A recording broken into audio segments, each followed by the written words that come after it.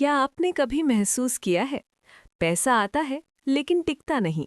Salary आती है और कुछ ही दिनों में जैसे हवा हो जाती है। कमाते आप हैं पर सुख किसी और के हिस्से में जाता दिखता है।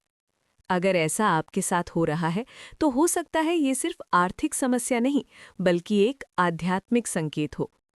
आज मैं आपको वो 3 कारण बताने जा रहा हूं जो अक्सर लोग समझ ही नहीं पाते।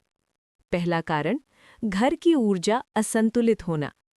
कई बार समस्या बाहर नहीं, घर के वातावरण में होती है।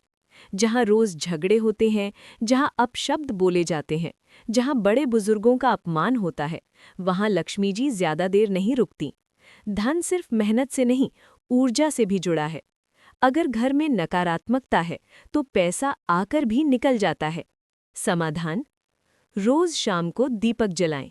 घर में गीता या सुंदरकांड का पाठ सप्ताह में 1 बार। और सबसे जरूरी, माता पिता का आशीर्वाद लें। याद रखिए, धन से पहले शांति आती है। दूसरा कारण, धन का अपमान। कई लोग पैसा आते ही कहते हैं, बस इतना ही, इससे क्या होगा। धन का अपमान अगले धन के द्वार बंद कर देता है।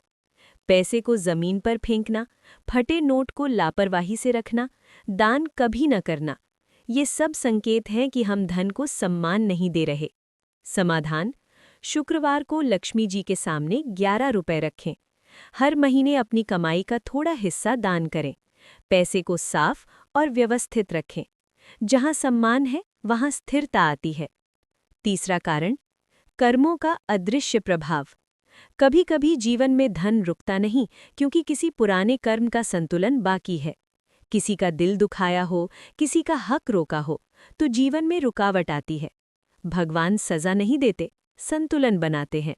समाधान, रोज सुबह ओम श्रीम महालक्ष्म्यै नमः 108 बार जपें। जिनसे गलती हुई हो मन से क्षमा मांगे और ईमानदारी से जीवन जिएं। धीरे धीरे ऊर्जा बदलने लगेगी। धन सिर्फ बैंक बैलेंस नहीं है, धन है घर की शांति, मन की स्थिरता और भगवान की कृपा। जब ये तीनों मिलते हैं तब पैसा रुकता है।